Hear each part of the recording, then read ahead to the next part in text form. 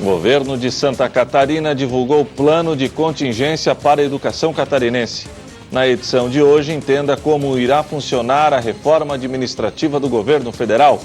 Deputados estaduais entregaram relatório da CPI dos respiradores e protocolaram um novo pedido de impeachment contra o governo de Santa Catarina. Secretaria de Estado da Saúde declarou que o estado de Santa Catarina está livre do surto de sarampo. Governo estadual atualizou números da Covid-19 no estado. Diminuição de casos de coronavírus na maioria dos estados brasileiros fez melhorar os números das companhias aéreas. Presidente Bolsonaro elogiou o departamento de polícia responsável pela maior apreensão de maconha na história do país. E mais, o presidente do TSE falou sobre as medidas de segurança sanitárias que serão adotadas durante as eleições. As principais notícias do dia você confere a partir de agora. No ar pela TV Primavera de Criciúma, Informe Região.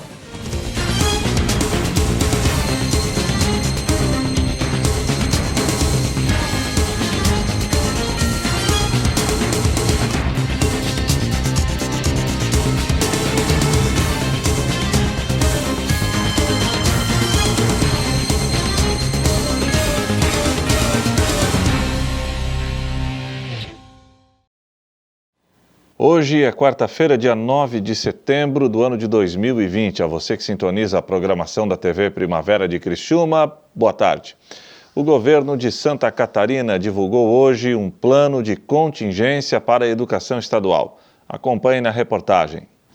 O governo do estado finalizou o plano de contingência estadual para a educação, o PLANCON, com o objetivo de preparar as instituições de ensino para o retorno às atividades presenciais em Santa Catarina. O documento foi detalhado para a comunidade escolar em uma transmissão online realizada na manhã desta quarta-feira. As atividades presenciais no estado foram paralisadas em 19 de março e estão suspensas até 12 de outubro. O retorno depende da evolução da doença no estado, porém deve ser opcional e iniciar por alunos do terceiro ano do ensino médio e por estudantes com maior dificuldade em assimilar o conteúdo letivo. É um momento bastante importante para a educação no estado de Santa Catarina, quando nós compartilhamos com toda a sociedade o plano de contingência que foi construído num trabalho de colaboração, num regime de cooperação que envolveu a Secretaria da Educação, a Secretaria da Saúde, a Defesa Civil, um alinhamento muito estreito com a FECAM, com a Undime e com várias entidades que têm trabalhado juntos, visando a essa organização para que a gente tenha nas escolas, que é onde a educação acontece, um ambiente seguro para quando nós retomarmos as atividades presenciais. Foram estipuladas 8 diretrizes de ações operacionais para o retorno das aulas presenciais, incluindo medidas sanitárias, pedagógicas, de transporte, de alimentação, de gestão de pessoas e de informação e comunicação. O plano ainda descreve metodologias para o treinamento, capacitação e finanças. O projeto foi criado pelo Comitê Estratégico de Retorno às Aulas da Secretaria de Estado da Educação, formado por mais de 15 instituições, e o Comitê Técnico Científico da Defesa Civil de Santa Catarina. Para facilitar o processo de elaboração do plano de contingência escolar, o Comitê Técnico Científico da Defesa Civil do Estado criou um modelo padrão pré-elaborado, chamado PLANCON Edu Escolas.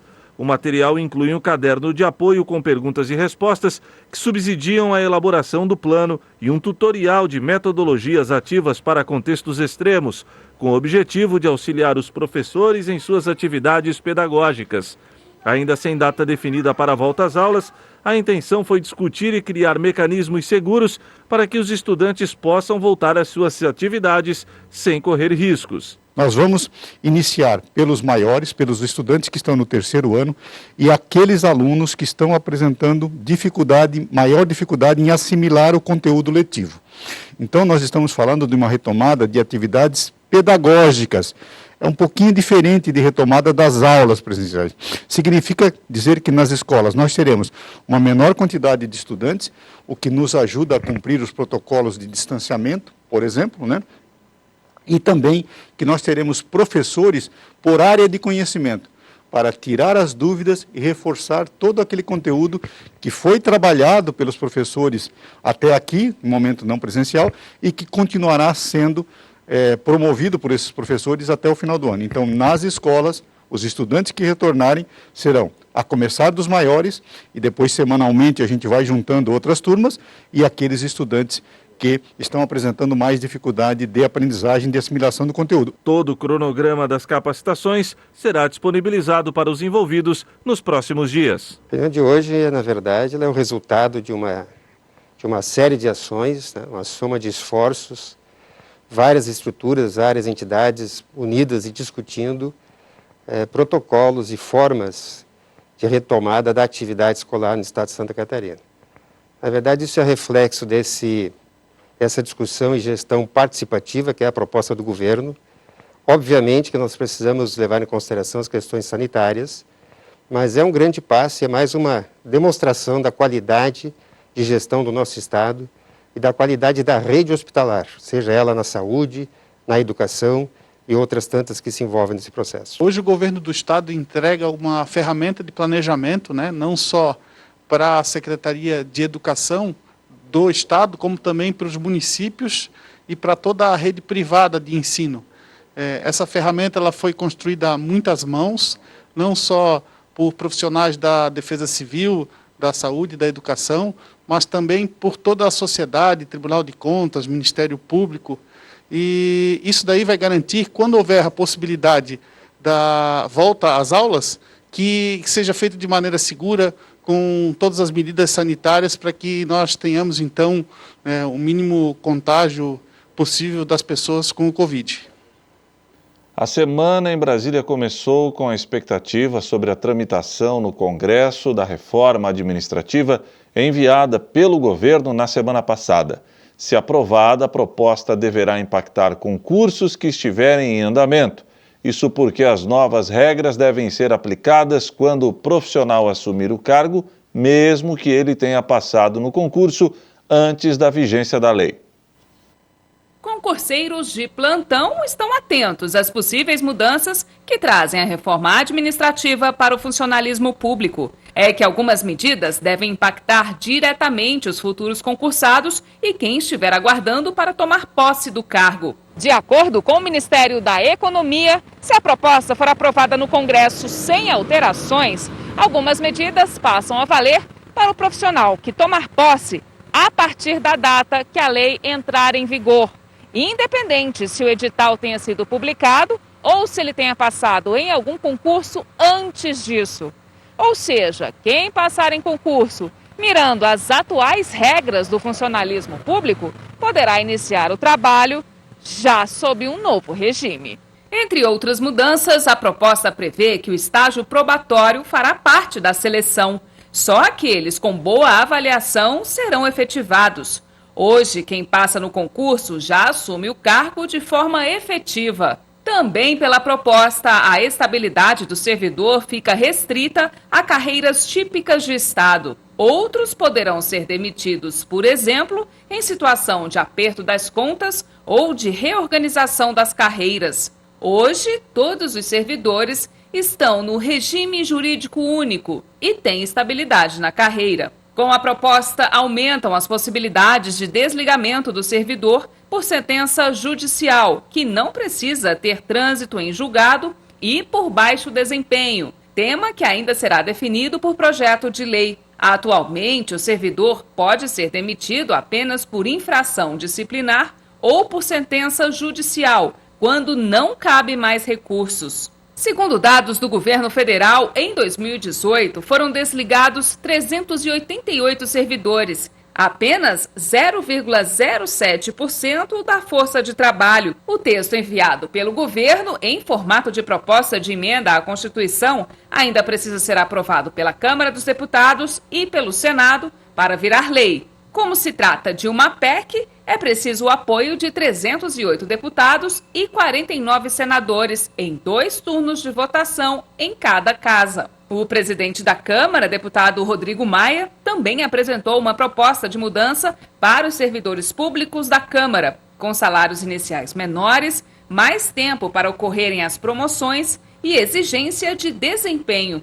Segundo ele, o foco é a melhoria da gestão de carreiras e da qualidade do gasto.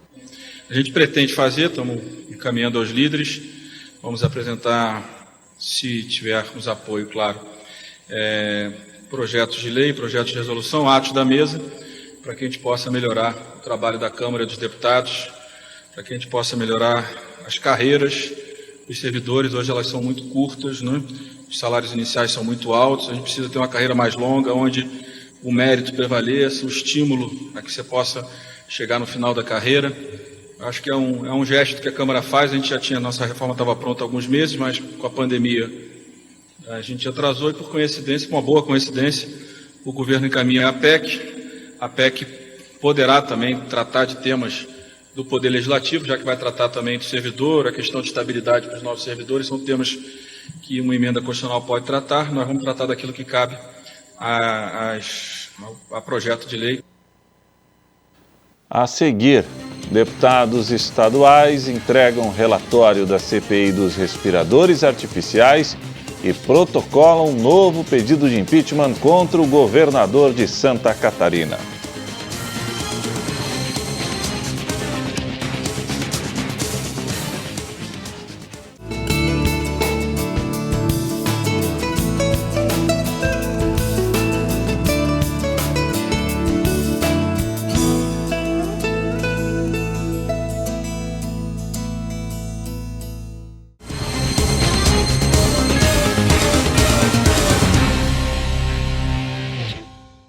Deputados estaduais entregaram relatório da Comissão Parlamentar de Inquérito dos Respiradores Artificiais e protocolaram um novo pedido de impeachment contra o governo de Santa Catarina. Confira. A Comissão Parlamentar de Inquérito, que investigou a compra de 200 respiradores pulmonares pelo governo do estado, entregou nesta terça-feira cópia física do relatório final com as conclusões dos deputados integrantes ao presidente da Assembleia, deputado Júlio Garcia. O documento foi entregue pelo presidente da CPI, deputado Sargento Lima, e pelo relator, deputado Ivan Nats. O relatório indica a existência de inúmeras irregularidades, negligências e fraudes encontradas durante todo o processo de compra dos equipamentos. O presidente da CPI destacou o papel do colegiado. Essa CPI ela foi marcada pela transparência, ela foi marcada também pela seriedade do trabalho, como eu disse anteriormente ali, sem escândalos, sem holofotes, né?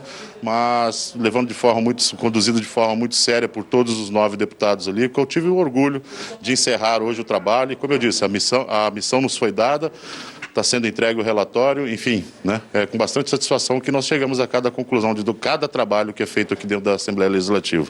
Os deputados Sargento Lima e Ivan Nats também protocolaram a solicitação de abertura de um novo processo de impeachment contra o governador do estado.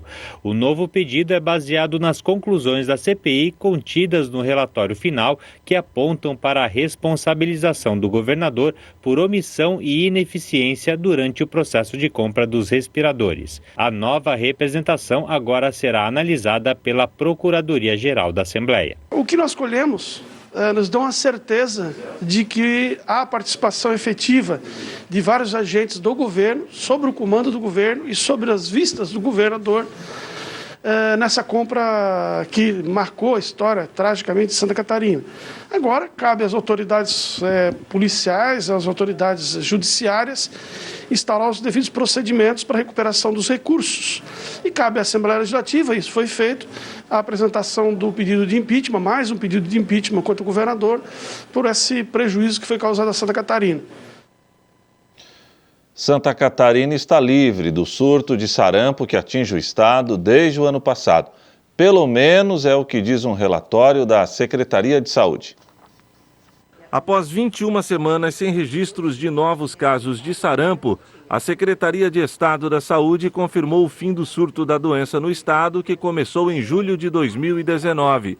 De acordo com o último boletim divulgado pela Diretoria de Vigilância Epidemiológica, durante o período de surto ativo de sarampo, foram confirmados em Santa Catarina 411 casos da doença, o último no mês de abril.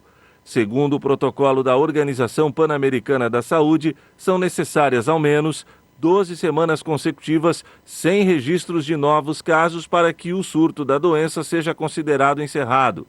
A DIV aguardava o resultado de alguns exames para confirmar o fim da transmissão do vírus no estado. Do total de casos confirmados desde o início do surto, 301 foram no ano de 2019 e 110 em 2020. Não houve registro de óbitos. A faixa etária mais atingida foi a de adultos jovens com idades entre 20 e 29 anos, 45% dos casos, seguido da faixa etária de 15 a 19 anos, o que representa 28%. Dos 295 municípios catarinenses, 43 registraram casos. A Secretaria da Saúde atribuiu o fim do surto do sarampo no estado ao trabalho das equipes em vigilância em saúde de toda a rede estadual, municipal, equipes de vacinação, equipes de laboratório e também a grande participação da população que aderiu à vacinação do sarampo. No entanto, o trabalho continua. Equipes de vigilância permanecem em alerta em todos os municípios com o intuito de detectar possíveis novos casos suspeitos. A Secretaria de Estado da Saúde também divulgou os números da Covid-19 em Santa Catarina. Acompanhe. O governo do estado informou que há 190.397 pacientes com teste positivo para a Covid-19, dos quais 180.529 estão recuperados e 7.426 permanecem em acompanhamento. O número foi divulgado na última terça-feira. Até esta data, 2.442 óbitos foram causados pelo coronavírus. Esses números colocam a taxa de letalidade em 1,28%. Foram confirmados casos em todos os 295 municípios catarinenses e 218 cidades registraram pelo menos um óbito. O local com maior quantidade de casos continua sendo Joinville, maior município do estado, que contabiliza 18.281 casos.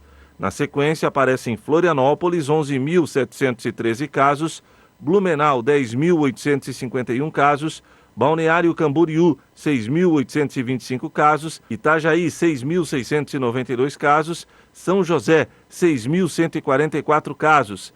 Criciúma está na 7ª posição, com 6.078 casos. A taxa de ocupação dos leitos de UTI pelo Sistema Único de Saúde em Santa Catarina é de 69,2%. Isso significa que dos 1.528 leitos existentes no estado, 470 estão vagos e 1.058 estão ocupados, sendo 432 por pacientes com confirmação ou suspeita de infecção por coronavírus. Com a derrubada de medidas de isolamento social e a reabertura de fronteiras, o número de voos comerciais no mundo cresceu e atingiu o maior patamar desde o mês de março. Ainda assim, a movimentação é 40% menor que em janeiro, antes da pandemia do novo coronavírus.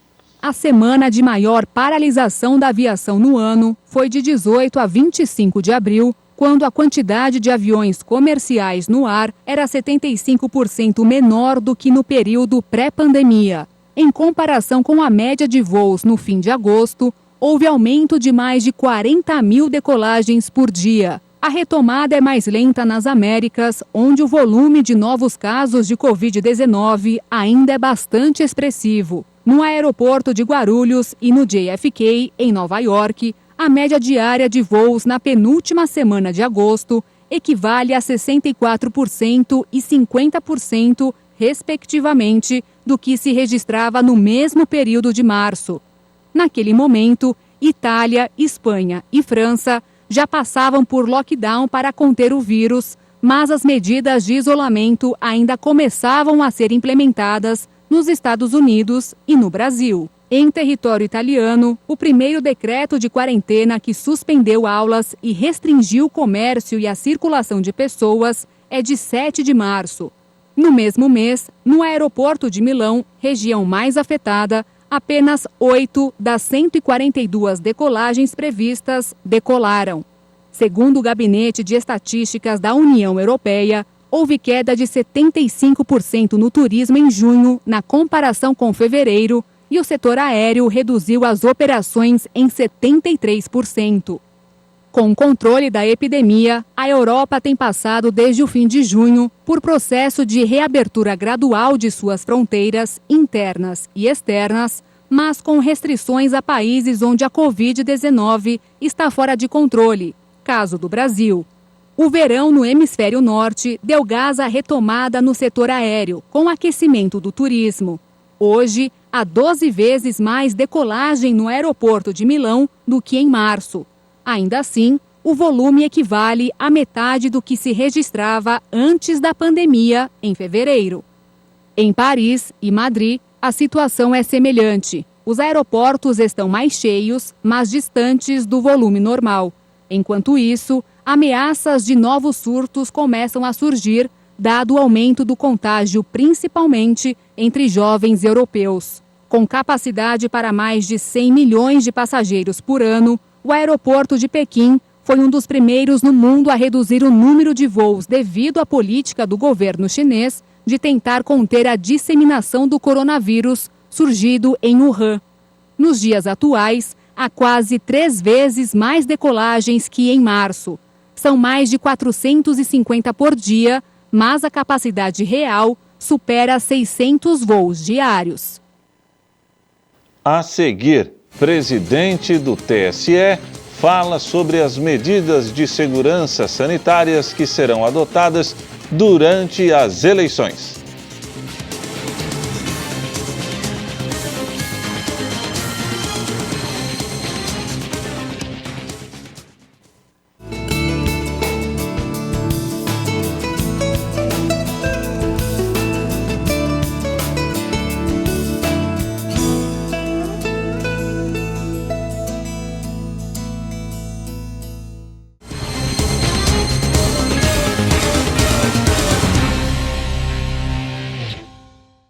O presidente da República, Jair Messias Bolsonaro, elogiou o trabalho do Departamento de Operações da Fronteira, que foi o departamento responsável pela apreensão recorde de maconha no país, através de uma live publicada em suas redes sociais.